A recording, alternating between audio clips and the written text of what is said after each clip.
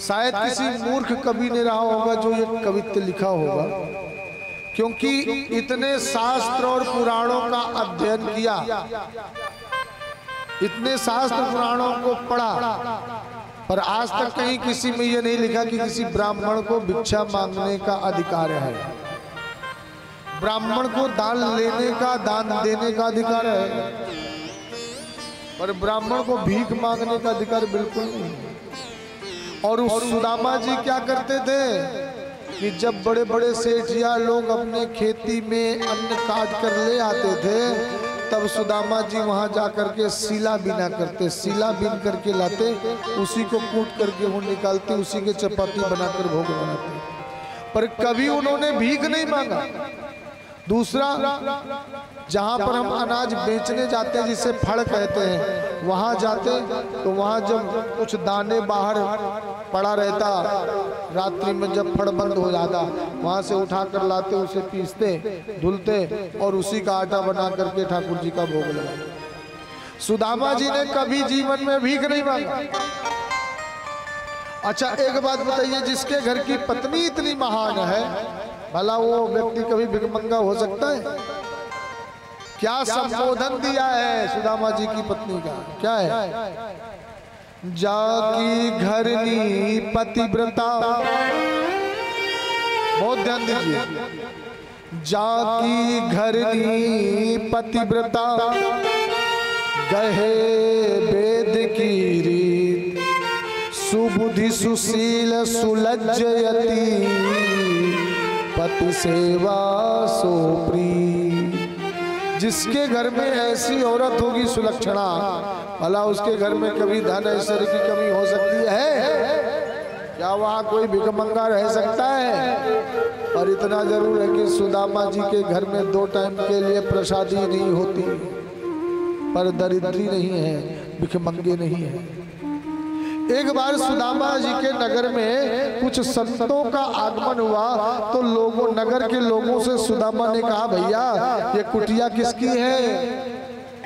लोगों के मुंह से निकल गया, ये सुदामा जी की कुटिया है। संतों ने कहा, क्या ये वही सुदामा है जो गोविंद के प्रिय मित्र रहा करते थे, अभिन्न मित्र?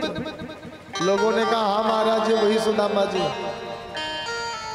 सुशीला जो सुदामा जी की पत्नी है, वो कान लगाकर सुन रही थी, और जैसे सुशीला ने सुना कि कृष्ण के मित्र हैं, तो सुशीला के नेत्रों से सज्जनों अश्रु झर पड़े। आज सुदामा घर को आए, सुशीला ने कहा, स्वामी आज मैं आपसे एक बात पूछूं? सुदामा जी ने कहा, देवी एक नहीं, 2 नहीं, 4 बात पूछो। सुशीला ने कहा, प्रभु क्या मैंने आज जो सुना है वो सही है? क्या सुना आपने? सुशीला कहती है, क्या श्री कृष्ण द्वारिकाधीश प्रभु आपके मित्र हैं? और जैसे ये नाम सुदामा जी ने के कान में पड़ी, तो सुदामा के नेत्रों से अश्रु झरझर झरझर बहने लगे। देवी तुमने कितनी पुरानी बात याद दिला दी। वो कृष्ण, वो द्वारिकाधीश मेरा सखा नहीं है, मेरा मित्र नहीं है, तो अरे वो तो मेरा लंगोटिया यार है यार।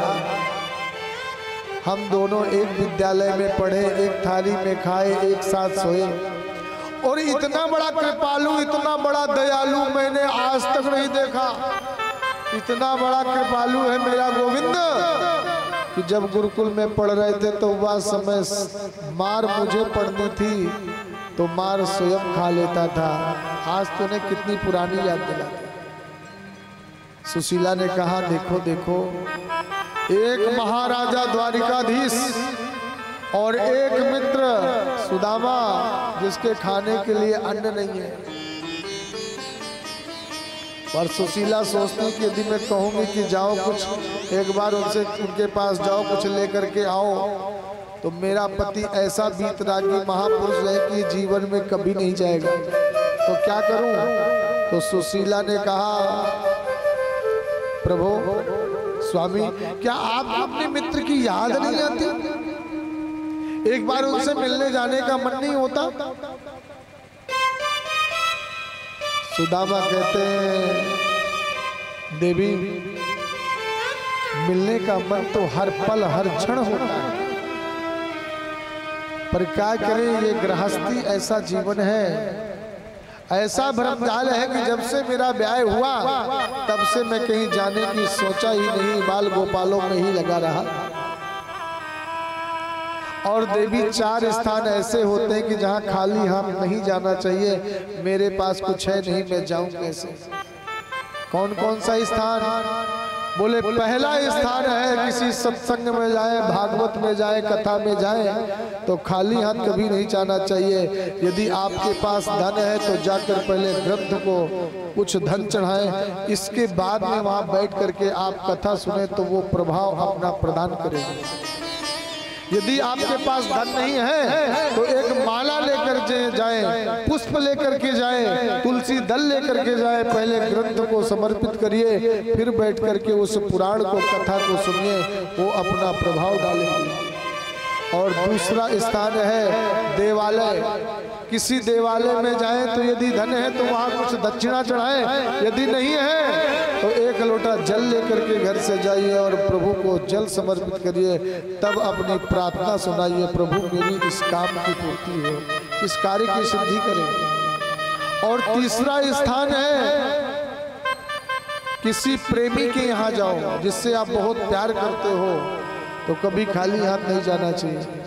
यदि आपके पास कुछ नहीं है तो एक मीठा का पीस लेकर के जाओ, उसको पहले मीठा खिलाओ या कोई वस्त्र प्रदान करो या कुछ दक्षिणा प्रदान करो, तब उसको हृदय से लगाओ, गले लगो और अपना निवेदन सुनाओ। और चौथा स्थान है गुरुद्वार। गुरु के घर कभी भी गुरु से मिलने जाए, खाली हाथ नहीं जाना चाहिए।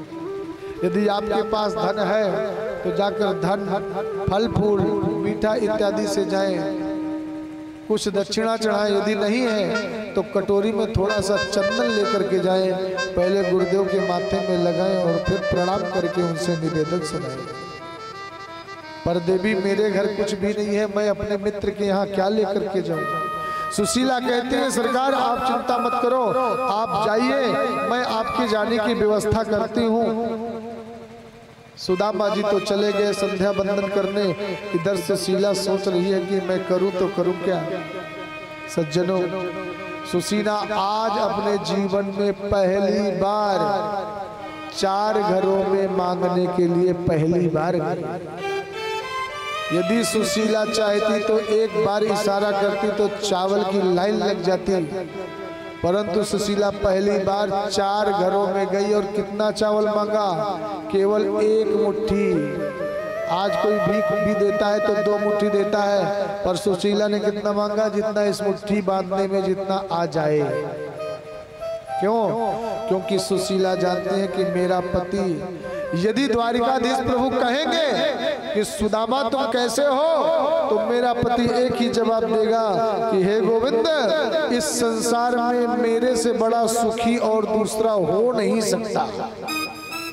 तो उन्हें जब तक मालूम नहीं पड़ेगा कि मेरे घर में खाने के लिए चावल भी नहीं है, तब तक हमें देंगे क्या?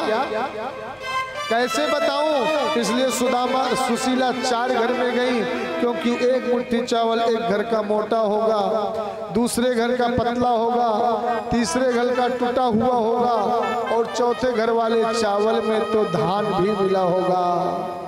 4 मुट्ठी चावल लेकर के आई और एक बिलस्त कपड़ा उठाया जिसमें एक टुकड़ा हरा, एक नीला, एक पीला, एक हरा, एक गुलाबी, सारे रंग के कपड़े बंधे हुए थे, सिले हुए थे। उस कपड़े में पोटली बांध करके सुदामा जी आए और सुदामा जी को दे दिया कि जब तुम्हारे गोविंद मिले तो ये उनको भेंट में प्रदान कर दीजिए। प्रेम से बोलिए राधे राधे। सुदामा ने उस चावल की पोटली ली और बोले देवी अब तुम बच्चों का ध्यान देना, मैं चलता हूँ, गोविंद से मिल करके आता हूँ। चल दिया मेरा सुदामा। या